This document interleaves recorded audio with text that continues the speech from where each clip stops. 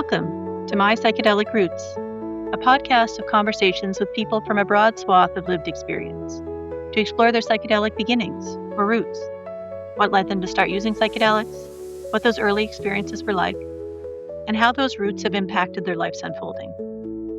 My name is Amy Bartlett, and it is my hope that these stories, generously shared by my guests, offer perspective and insight into the lived reality of psychedelic experiencing. Please feel welcome to subscribe and follow the conversation. And you are always invited to share this episode with others if you feel inspired, or leave a rating or comment of support. And so, as always, whoever, wherever, or whenever you are, welcome. I'm glad you're here. In this episode, I have the pleasure of getting to sit down with my colleague Ariel Fuenzalida. Ariel received his doctoral degree from the Center for the Study of Theory and Criticism at Western University. He now serves as an Adjunct Professor for the Classics and Religious Studies Department and a core faculty of the Psychedelics Consciousness Studies M.A. program at the University of Ottawa, while also teaching for the Department of Sociology and Anthropology at Carleton University. His current research interests include speculative psychedelia, the globalization of psychedelics, pharmacoanalysis, the philosophy of psychedelics, critical plant studies, and social theory, among others. I originally met Ariel in his academic capacity, and over the years I've come to know him as a brilliant mind, a highly skilled lecturer, and a gentle, caring, and thoughtful human being. In our conversation together, we wend our way through his tumultuous childhood, from his experiences as a child growing up in Chile and losing contact with his mother for a year during the political unrest, eventually escaping to Canada with his family, and finding grounding and community in what became, eventually, their new home. Ariel talks about his early experiences of presence, flow, and wonder that he accessed in his early years, and the influences and motivations that eventually brought him to his first psychedelic experience with friends, as a curious and maybe a little naive university student at a Chinese restaurant in Ottawa. It was a delightful conversation together, and a genuine treat to get to learn more about this lovely human and his continued unfolding as both a teacher and an enthusiastic student of life. And so, let's hear more about Ariel's psychedelic roots.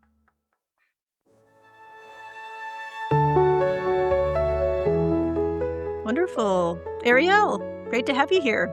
Yeah, thank you for having me, Amy.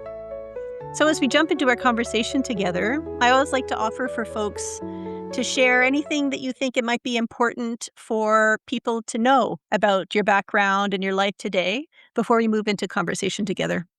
Well, I think the only thing really to know is that I've been teaching for the psychedelics program at the University of Ottawa for a number of years now, I believe 5 or 6 years since we first started the micro program. And during that time period, obviously I got to know you being on the first kind of cohort. And that entire time of teaching in the Psychedelics Consciousness Studies program at Ottawa U has been super interesting to me, and particularly regarding meeting a bunch of super great people that have gone through that program. Yeah. And you've been such an anchor in that program too. It was so great to learn from you. And also we got to teach together an undergrad course, which I learned so much from you. Yeah, exactly. That was a fun time as well. Absolutely. That was so much fun. I don't know much about your psychedelic roots, so I'm excited for our conversation today and learn a little bit more about you and how you came into this space. I'm curious, thinking back to your younger self before psychedelics, how would you describe your way of seeing the world? Well, I guess it depends how far back we have to go here, but if I go back kind of to my childhood, and by childhood I'm kind of thinking around the age of, like, I don't know, 5, 6, 7 in that temporal space. Obviously, at that age, I had absolutely no idea about what drugs were, especially what psychedelics were, or anything like that. All these types of encounters obviously happened way later in my life, but I could definitely kind of trace some type of kind of historical line from my childhood to my eventual interest in psychedelics, and I think it's also kind of wrapped up with my interest in kind of sacred plants and kind of indigenous knowledge systems and some type of like, I don't know, recuperation for me, at least on a personal level, of my Latino root. I was born in Chile, so I was born in South America, in Santiago, Chile, and I spent my early life in Chile. So obviously, my mother tongue is Spanish. I grew up in a Spanish speaking large metropolitan city of Santiago, Mhm. and eventually we had to move to Canada for a number of political reasons, but this is how I will kind of like tie stuff in together, which would kind of require me to tell you a couple of things about my childhood in this sense, and also kind of like a bit of the history of Chile in the early 70s. When I was 5 years old, there was a coup that happened in Chile, and that particular historical moment not only affected my life, but obviously affected the lives of pretty much everyone that was living in Chile. But for me personally, what that essentially entailed was that my mother was arrested shortly after this overthrow of the government happened, and she became like a disappeared person. So for a number of months, we did not know whether she was alive or where she was, and Mm. my father was searching for her all over the place. And without getting into like all of the nitty gritty details, what eventually happened was that she essentially emerged in in a prisoner list in one of the concentration camps, and then she was in prison there for approximately a little over a year or so. And one of the terms of her release was that we leave the country. That particular time, my father had already been kind of making applications to various types of embassies because he saw that the situation in Chile was totally untenable. So when my mother was released, approximately 2 weeks later, we arrived in Canada. Canada was the first country to accept her application. According to my father, the 2 days after Canada accepted us, the Netherlands also accepted our application. But my father had already jumped on the first offer, and had already kind of started the paperwork. So when my mother was eventually released, everything was in place to kind of leave the country super quickly. And so we arrived in Canada, not knowing anything about the country, having no ability to speak English, not knowing the culture at all, having never stepped or seen snow before. So we arrived when I was 7. Mm. And the reason I'm telling you this is because your original question is, how does my childhood kind of tie into my eventual kind of interest in psychedelics? Thinking about what you shared about your mother and how scary that must have been, about leaving your country and about arriving in a new country and not knowing what's going on. I'm curious, when you were 7, did you have an awareness or a sense of what you were leaving behind or what you were losing? Yes, absolutely. Had a very great awareness of like that. I was going to be leaving my grandparents, which I was super close with. That I was going to be leaving, a language environment. In the sense that one of the things that we were kind of anxious about was English, because Mhm. other than knowing maybe two words, we there was this idea that having to adapt to a different culture, and that we had to learn how to speak. So there was this, yeah, this anxiety around communication, in a sense, that I was very aware of. But also it was this other anxiety about, the four of us, my parents, my sister, and myself, being without any type of family in this new place that was super, super far away. Uh, we would not have any type of, family around us. We had a Yes. fairly large family in Chile, had lots of cousins, two sets of grandparents, aunts and uncles, and all this stuff. But that this particular move would entail, leaving all that, and obviously that was, even as a 7-year old, it was kind of anxiety producing, Of because course. there was this new thing that we were gonna be undertaking, this new place that we were moving to. Like we did not know anybody when we arrived here. Yeah.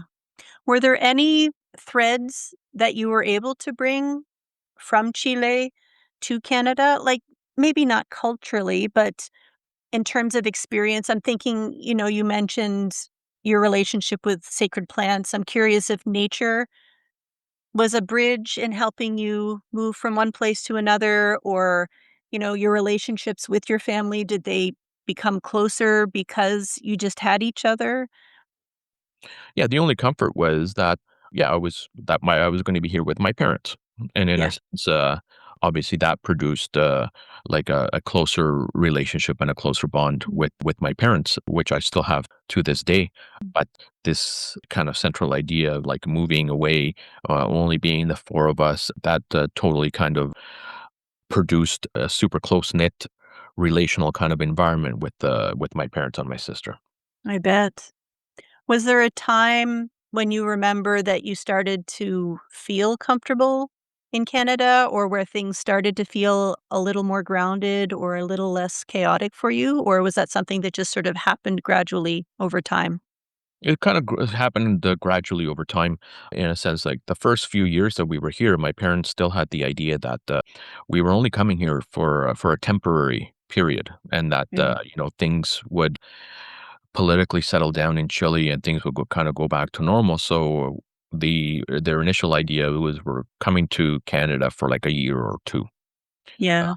And so for the first number of years that we were here in Canada, like so we moved to Ottawa, and there were a lot of Chileans that were in the same situation as us. So for the first number of years, most of our life kind of revolved around the kind of the Chilean community and the larger Latino community in Ottawa. So these were also like environments where would be speaking Spanish all the time, Mm. where we would be kind of doing cultural activities and cultural parties. Like every month, there would be these things called peñas, which were like kind of big parties and stuff that would happen in church basements, and with a lot of music, like musical groups would come, and there would be like Mm. traditional Chilean food and stuff like this. I had like just tons of like friends that were also Chilean in the kind of the same situation as we were in. But the idea for most families that had come over during that time period was that this is just like a kind of a temporary stop. Things are going to, change in Chile, and then everyone would be able to kind of go back. And obviously that never happened. So it took like a few years for my parents to all of a sudden kind of make a big change, because it was like kind of small stuff. Like we were like kind of living in an apartment, but Yeah. my parents did not want to make super huge purchases, because this is just a transitory phase and stuff. But at a certain point, my parents decided, oh, like we have to just kind of change our way of thinking, and we're like staying here. Like there's no going back. Once my parents started to see that the political situation was not going to change anytime soon, and Yeah. could no longer really be kind of living in an interzone, Yes. or like one foot still in Chile, and the other foot here in Canada. Um, and I think, and that took like approximately three or 4 years. So by the time that I was about 10 or 11, that's when Hmm. my parents said, no, we're staying here for good. How did So you feel about that? I was happy, because I was already, Hmm. as a young kid, you pick up language super quickly. So I was already fluent in English. I had already made a bunch of friends, English speaking friends here in Ottawa from my elementary school and stuff. So in a sense, I was already like had a life here. Yeah. Yes. And so that was in a sense a comforting thought, because the difficulties of moving we've all had already overcome them in a sense. Right. What did you like to do as a kid? I love to play soccer, Mm. hang out with friends playing baseball, being outside, and Mhm. just kind of hanging out with friends, doing different types of sports. I also, when I was about 11 or 12, I started to do martial arts. Became super interested in martial arts, and I joined the closest martial arts school from our house, which was a Taekwondo school, which is a Korean martial art. And then I progressively started to kind of sink deeper and deeper into kind of martial arts, and Mm. then having like a group of friends in martial arts. And I did martial arts for approximately 20 years in my life. Yeah. What did I mean, I'm projecting my own experience. I only did it for 3 years, but there can be altered states of consciousness accessed in the physicality of martial arts. I'm Absolutely. curious, what drew you to martial arts and why was it something that was so immersive and important for you? One of the major reasons that I was drawn to martial arts were kind of like I was started to become really interested in kind of Asian cultures. And Mm. my dad had started to do yoga and to meditate. And then particularly meditation was super intriguing to me. I mean, my dad was reading a lot of stuff around like Buddhist meditation. He would constantly be talking to me about meditation. And in the martial arts school that I joined, that they would also kind of start every session with meditation and stuff. So Mm. that was like also kind of like this exotic kind of notion of like martial arts at that time. Not a lot of people did them and stuff. So there was kind of like an exoticism to it, but I was really drawn to the meditative aspect of it. And also, unfortunately, the other major draw for me was just like I kind of wanted to learn how to kind of protect myself in a sense of like, Yes. there weren't a lot of, at least when we first arrived here in Canada, there weren't really a lot of immigrants in Ottawa. And most of the people that was friends with were also either Latinos or Africans. So I was just hanging out with a bunch of other immigrant kids. And unfortunately, as you know, the world is, we would typically get picked on from, non-immigrant kids. So we would get into like lots of fights just to Mm. protect ourselves. So that was one of the reasons that I wanted to learn martial arts, is so that I could like learn how to fight and protect myself. So that was this other kind of like, I don't know, more practical draw to it. But there was this also Mm. this draw to kind of like this exotic thing that I had like no idea about. But Mm. those were the two main kind of draws for that. And as I immerse myself in, going to the Taekwondo school, and I learned more and more. Once I eventually, got to like the higher belts and eventually got like my black belt and stuff, and I started to kind of compete. And it was really in training to do competitive martial arts where I started to, and this was like obviously years into it, where I started to kind of become really kind of addicted to the states of flow that are Uh, produced, particularly when you are engaging in kind of full contact sparring, where you have to be so concentrated and so kind of aware of your body and the other person's body, so that you don't get hurt, you don't get like kicked in mhm. the face and stuff. And the more that I trained, the more I found the intensity of being in like a taekwondo tournament where there was a high likelihood of, someone kicking you in the face at full force. It just produces really intense state of concentration, which I had never kind of experienced before. And that became like a major driving force for me Mm. to learn more about that, because I really enjoyed being in that particular flow state, just being fully Yes. concentrated, being fully kind of in control of my body. And Mhm. also in a kind of a dangerous situation in a sense, because it's not scripted, obviously, and anything could happen during a tournament match. And it was very physically challenging in a Yes. sense. So, but I found the intensity of those kind of flow states that would happen in certain tournaments and certain matches. That was a major kind of driving force for me. Yeah. You're talking right now about flow state. You mentioned meditation being something you're really interested in as well. I'm curious, when you were growing up and moving through these different experiences, was there any kind of religious container in which this was happening? Did you grow up with a religion, or did your family practice any kind of spiritual tradition? No, not at all. No, None. Mm. no, no. We're atheists. Mhm. I'm still an atheist today. Mhm. But no, I went to a Catholic school because my parents said that they were going to send us to a Catholic school so that we learned something about religion. But no, in our home, both my parents are philosophers, so if anything, I grew up around philosophy and poetry and literature, and to a great extent, those are kind of my so-called quote unquote spiritual traditions. I Hmm. always fall back on, particularly philosophy. But no, we did not practice any type of religion at home. Did you, growing up, have experiences of wonder or awe? Yeah, absolutely. One of the things that I was totally fascinated with when I was young, and I devoted a lot of time to it, was astronomy.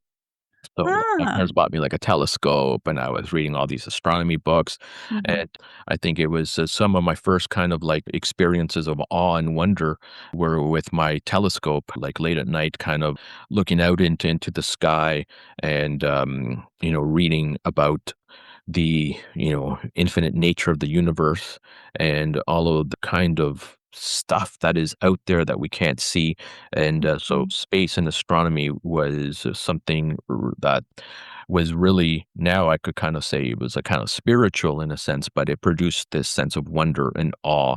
It kind of Mhm. awakened my imagination. It also awakened my kind of hunger to learn about this kind of strange world and cosmos that we live in.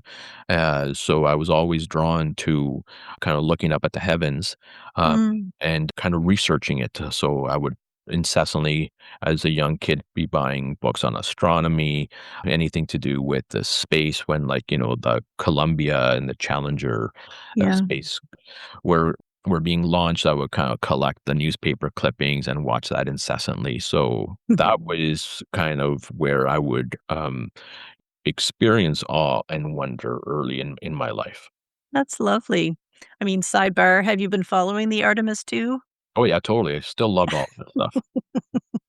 It's fascinating. It's such a cool place to be in spaces of awe and wonder and have, feel spiritually connected in a lot of ways without the strictures or the structures that an organized religion provides. Yeah, absolutely. I'm curious, were those flow states also part of that? Because martial arts, by contrast, are quite regimented and structured, and there can be a lot of boundaries around that. I'm curious if the flow states in the physical experiences you were having were similar to the awe and wonder that you were experiencing in the sort of disembodied observations that you were a part of. No, no, they in terms of experiences, they were totally different Hmm. in the sense that one of them is kind of like an experience of kind of being in the moment Yes. and a kind of like a slowing down of time. Whereas, I don't know, looking up into the night sky through a telescope is the exact opposite of that. Is this kind of with this opening up of like an infinite time, infinite space, infinite kind of wonder where you could kind of get lost in that kind of infinity. Whereas in like a martial arts or kind of flow states, particularly that involve any type of combat, is like being in the moment, Yes. being able to kind of move in a certain direction or anticipate certain things. So it's this being present, the being like super present, being over present in a sense, as opposed to being kind of this other state of awe or wonder where you could kind of be lost or be kind of dissolved and in a different type of way. For sure, Mm. there are vast differences. I would say. Yeah. I love that you had access to both of them growing up. That's really cool. A very rich spiritual experience in a lot of ways Yeah, amid all of these different pieces that you were navigating yeah, and absolutely. making sense of as a kid. I'm curious, were psychedelics or drugs ever discussed when you were growing up or I think that when I was a teenager, my dad started to read the Carlos Castaneda books. right. And so the first book, was my dad totally loved, and he started to read the whole series, and then he would constantly be talking about them. And then I started to read the first book, and that was really when I first learned about, peyote. Yes. Um, through the Castaneda series of books. Like I said, my dad would read them, but that was kind of the first awareness that I had that some stuff existed that seemed to be pretty interesting. Hmm. Did your father ever pursue having an experience, or did you ever talk about that with him and your potential interest in having an experience that you folks were reading about in these books? No, my dad never pursued any type of experience with psychedelics because he was so into, at the time, yoga and meditation. Not to mention the fact that even up to this day, psychedelics are still illegal. Exactly. Um, but no, but I would always talk to my dad about stuff like that for sure. Even though, again, at that point in time, I had like almost no knowledge of psychedelics or anything that I kind of like started to study way later on. Given how close you were and are to your family, it's nice to hear that these sorts of altered states of consciousness or psychedelic drugs were not taboo, were not demonized. And I imagine as you started to move down your own path, knowing that that wasn't something that was taboo in your family, maybe provided a bit of openness or a bit more spaciousness for your curiosity. I don't know. Yeah, absolutely, absolutely did. Yeah, absolutely. So when did you start to become curious about your own potential encounter or experiences with psychedelics? You mentioned the Carlos Castaneda books. Are there other touch points or milestones in your eventual journey towards your first experience?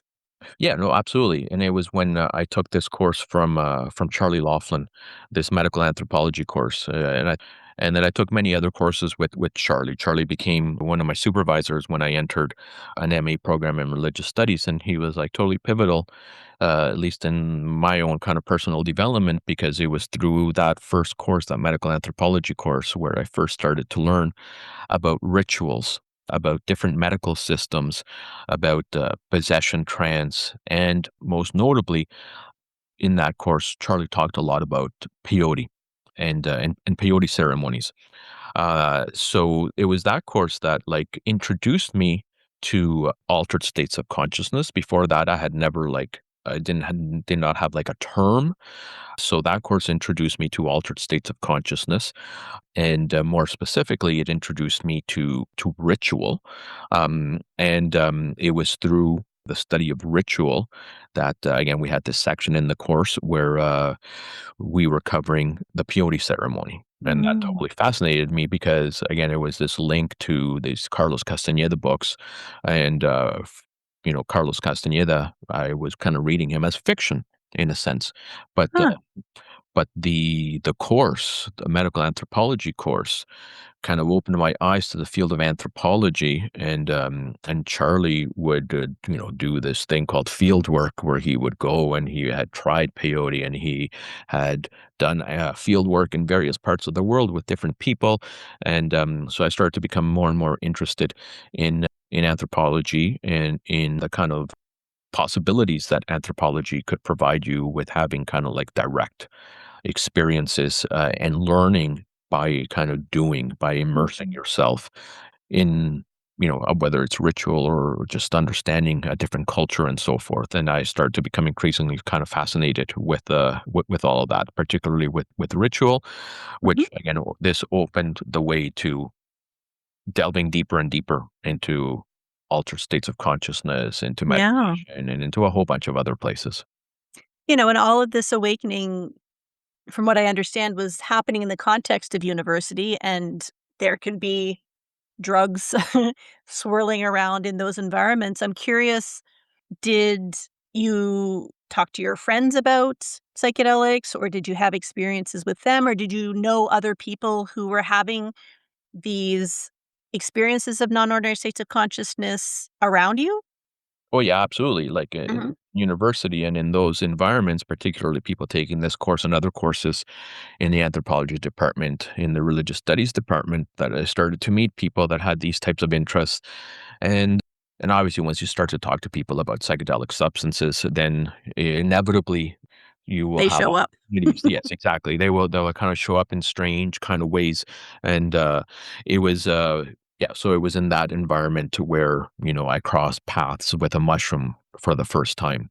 Again, Mm. kind of really knowing nothing about harm reduction, nothing about set and setting, Mhm. uh, is just this like almost a random chance encounter where the opportunity just arose, and Mhm. I got to kind of experience like not knowing Wow. really anything about what was to transpire, but it was a totally Interesting. pivotal kind of first meeting in a sense.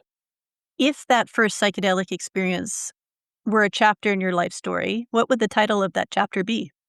It would be Chinese food.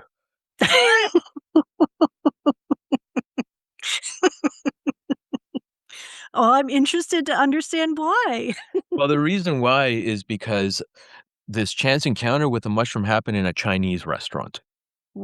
In a Wow. sense. So, like, we had my friends that were from university, we had, just finished class, and, we had gone to Chinatown to eat Chinese food, and we were having all these really interesting kind of conversations you know, as we were waiting for the food, and, the food arrived, and the conversation that was happening, kind of revolved around magic mushrooms. And, it just so happened that as we were talking about this, then one of the friends that was at the table reached into his pocket and pulled out a bag of magic mushrooms Wow. in the middle of the restaurant. And then he said, "Well, I have some. Why don't we try them?" And, the food arrived, and we had ordered like a lot of food. And he just basically sprinkled magic mushrooms on the noodle dish, which we then, because we were so hungry, proceeded to gobble up. And it was this then, obviously, about half an hour to 40 minutes later, while we were still in this restaurant, the mushrooms start to kind of make their initial kind of appearance. Mm. So my first mushroom experience is so indelibly tied to Chinese Mm. food and Chinese restaurants and China. Yeah. How did it feel that come up? Well, I had finished eating. We were having some great conversations, and I went to the bathroom. And it was in the bathroom as I was washing my hands that out of the periphery of my visual field, I kind of saw the walls kind of move. Yes. And then I looked at the wall, and the wall was kind of still there. And I said, "Okay, maybe something's happening." And I proceeded to, be washing my hands. And as I was washing my hands, like the strangest kind of sensation occurred, that I could not really distinguish between my hands and the water. Yeah. So, like, there was this slight, dissolving of the boundary between, where my hands ended and where the water began. And it just felt so strange that it was almost like I felt kind of an anesthesia in my hand, because Mhm. I could not like distinguish at all where my hand ended. There was just like this warmth. Yes. And as I started to kind of contemplate that, it also felt like my hands were becoming the water, and that they were going kind of down the sink. And I had this Mm. really strange feeling of this elongation of my hand, my the kind of liquefaction of my hands and my arms. And then just for like this, it must have been a split second or so, like I was just kind of going down that drain, and then, like, I snapped out of it because it felt a little bit kind of scary at that moment. I was gonna ask, yeah. So I left the bathroom, and then I got back to the table, and one of my friends asked, "How are you feeling anything?" And then I told him about that. And then, as he's like, "Oh, I'm starting to feel something too." And then a friend passed the plate of noodles asking if we wanted any more. And then when I looked at the plate of noodles, all the noodles were like starting to kind of move and become alive. So it looked like this plate of, like, I don't know, large worms that were just like moving around So from maybe no more noodles. exactly. No, no more noodles. Uh, we lingered in that restaurant to the point where it started to become kind of unbearable because of the noise, the intensity of the environment, and so much stimulation started to happen as the experience started to kind of enlarge and stuff. So we all left, and We were walking around Chinatown, and as we were walking around, it was a super warm day as well. We were kind of looking for a place with air conditioning, Mhm. but as we were walking around the streets looking for a place with some really strong air conditioning, I would start to see people's faces start to kind of contort and morph, acquire different types of colors. So it started to become really kind of imperative that we find a place, a location that where we didn't have to, be moving around and stuff. And unfortunately, we made the bad choice of settling on a theater where they were playing Star Wars. Mm. And we went to watch Star Wars thinking that we would be like kind of sheltered in there, and we entered the theater as the mushroom experience started to kind of hit full force, and Mm. we sat down and we were all just kind of sitting there in our own little bubble. And one of the other kind of incredible things that I still remember is that as the theater started to kind of fill up, and if I concentrated really, really hard, I started to notice that I could like zero in, that my hearing became like super powered, that I could like zero in on people's conversations and block everything out. And then I could just really crisply hear people's conversations that were sitting super far away. And I started to have a really, really good time just kind of Mhm. listening in on people that were really far away. And I found it just fascinating how the brain can kind of do that, Mhm. that just modify sensory experience to such an extent. And as I was totally just kind of sinking into that, I felt somebody tap me on the shoulder, and I looked over, and it was someone that was trying to get by us to go sit in the empty seats on the other side. But as I looked over and I lifted my head, this person just seemed to be this giant, because his legs just kept going and going. And as I lifted my head up, he just became this incredible giant person. And I could not comprehend how a giant could fit in this small theater. And I was starting to have these wild thoughts until my friend just kind of like jarred me out of it, saying, "Just let the guy go by." But it was in that theater in Chinatown in where there was these inklings of like something super massive about to happen. But but I just got to that point where something super huge felt to be about to happen, but never happened. And it was Interesting. that experience that I was reached some type of threshold, and there was more to discover, that kind of sparked long lasting interest to try that again in a more kind of contained environment. And this is what kind of then started to instigate me to start reading, to start researching Mm. about psychedelic substances and Interesting. their kind of possibilities. It was that inkling of like I reached something, and all this stuff is just super interesting stuff that I had never kind of Mm. directly experienced before or contemplated, but that there was something more, that there was an even more a bigger set of intense experiences that kind of revolved around boundary dissolution. Yeah. And then Yes. I started to become really kind of interested in, Yeah. psychedelic substances. Do you mind if I ask, Ariel, did you watch the movie? Did you stay and watch it? We stayed for maybe half the movie. Mhm. Like when the opening sequence of Star Wars, you have like, that intense music.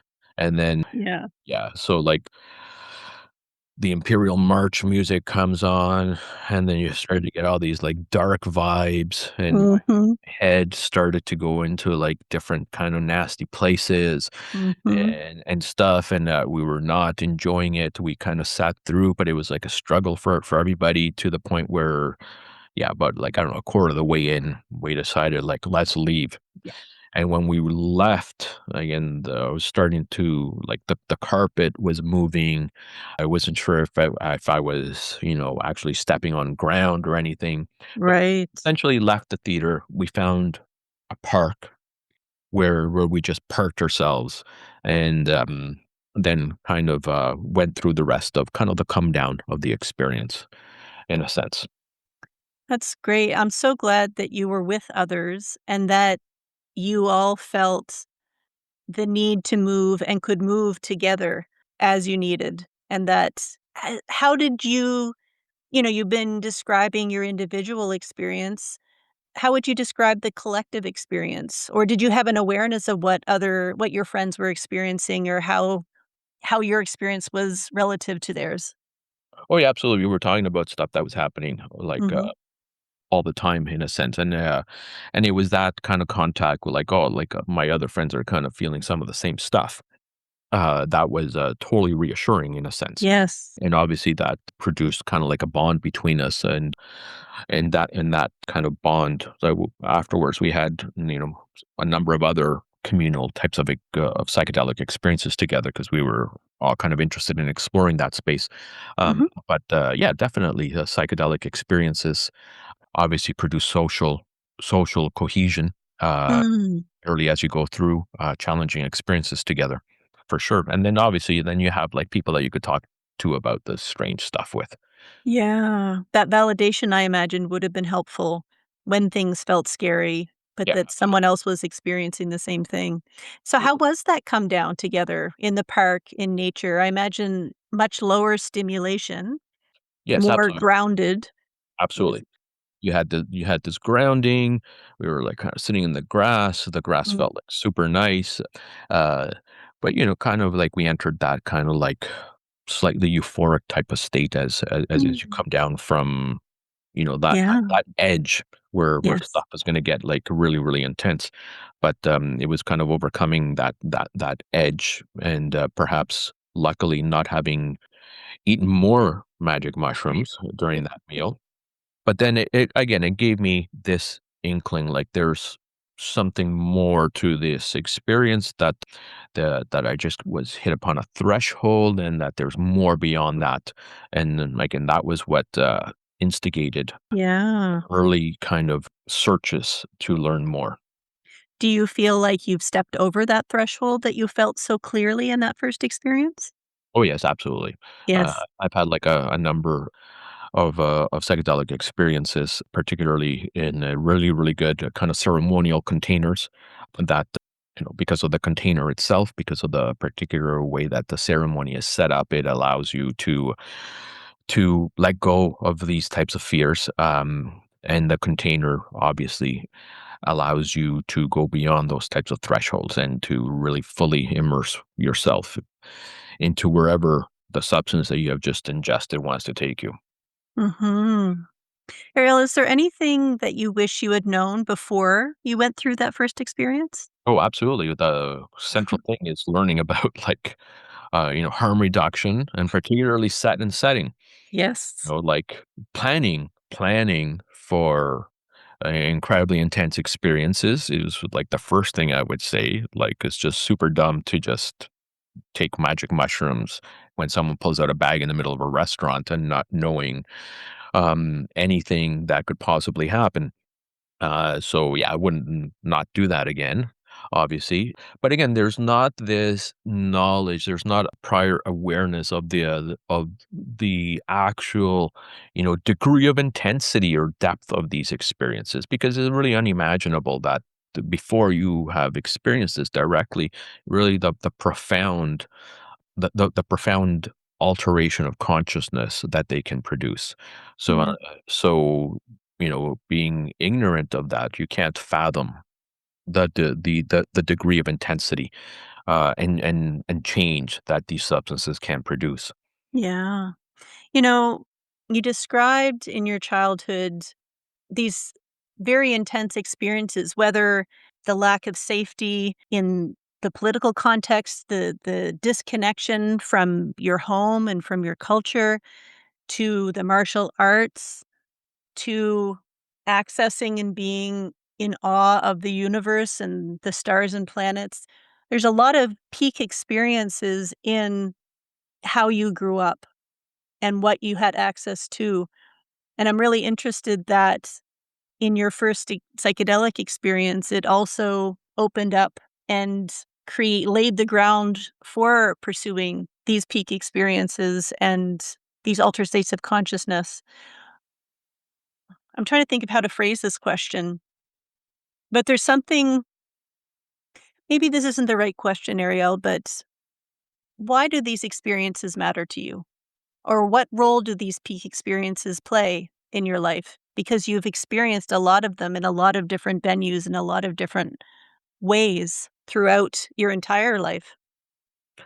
I think I find them totally fascinating, primarily because for me it brings I have a total love of philosophy.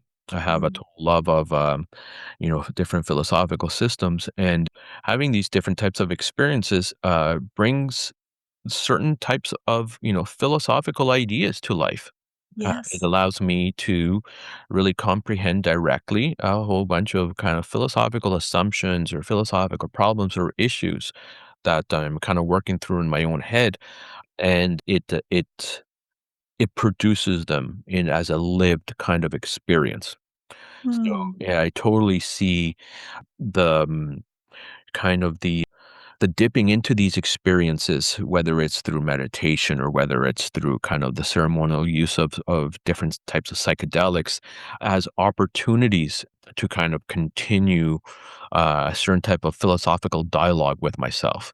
Mm. And with the different types of ideas or philosophical systems that I'm trying to kind of understand. So it gives it this kind of direct, lived type of experience. It also feeds back into this other notion that the constraints of regular everyday life and kind of the regular routines that we have, that this is not necessarily all there is. So having a really good meditation session or having a really profound, I don't know, ayahuasca ceremony is also this kind of experience that takes you out of the so-called, profane, utilitarian world.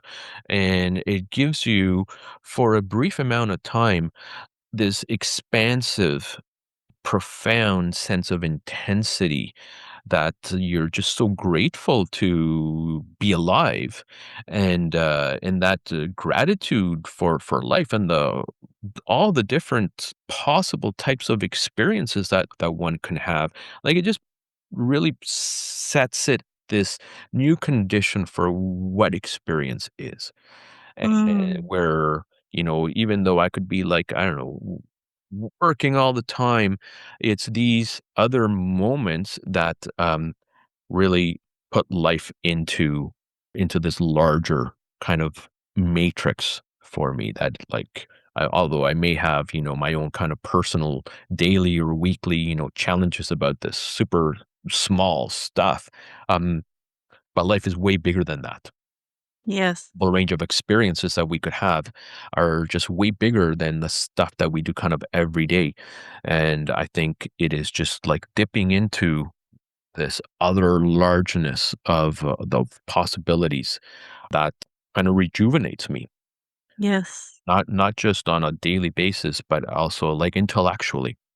Yes. That's and I think that's why I kinda, like, keep kind of pursuing it to a great extent. It also allows me to, you know, develop different types of perspectives about my own Oh, life, about different things that are happening to me or to other people.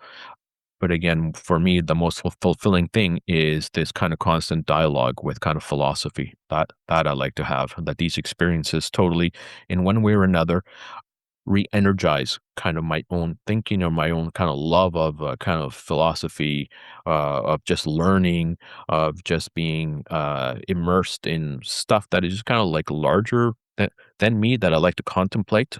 So in that sense, that's one of the reasons I find the field of psychedelic studies just super interesting, but also personally kind of fulfilling in that sense. yeah.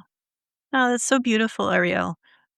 I have one last question for you. I'm just curious. You talked about in that medical anthropology class learning about ritual and learning about how interesting and important it can be connected to these experiences and spaces. As we wrap up our conversation, I'm curious what your relationship is to ritual in relation to your experiences of non ordinary states of consciousness and how you engage with ritual as part of your integration or meaning making process. And maybe you don't use ritual, I don't know.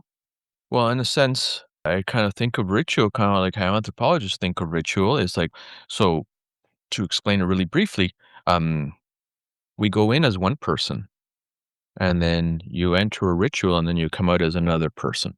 And since ritual is always, in one way or another, kind of a point of transformation, think of super simple kind of rituals that are part and parcel of kind of like regular cycles in life. Like, I don't know, you go think of like, I don't know, a wedding. Hmm. You go in a single, you have some type of ceremony like a wedding, and then you come out as like you have a different social status, you're married. Or you think of like kind of the classic rites of passage ceremonies or rituals that anthropologists have studied at length. You know, you go in as a youth, or as a child, you undergo some type of rite of passage that is challenging, uh, where number of things happen, intense things, and then you come out of it as an adult with a new social role, with new social responsibilities. And some of these rites of passage, you even get like a new name, but you have this new social standing. But this process, as you point to, like what we would call in psychedelics studies integration, this last process, I think is this like really kind of rich process where we start to kind of work towards transforming ourselves and becoming something else.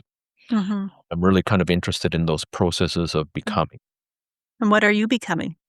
I would like to think that I'm kind of like increasingly becoming imperceptible.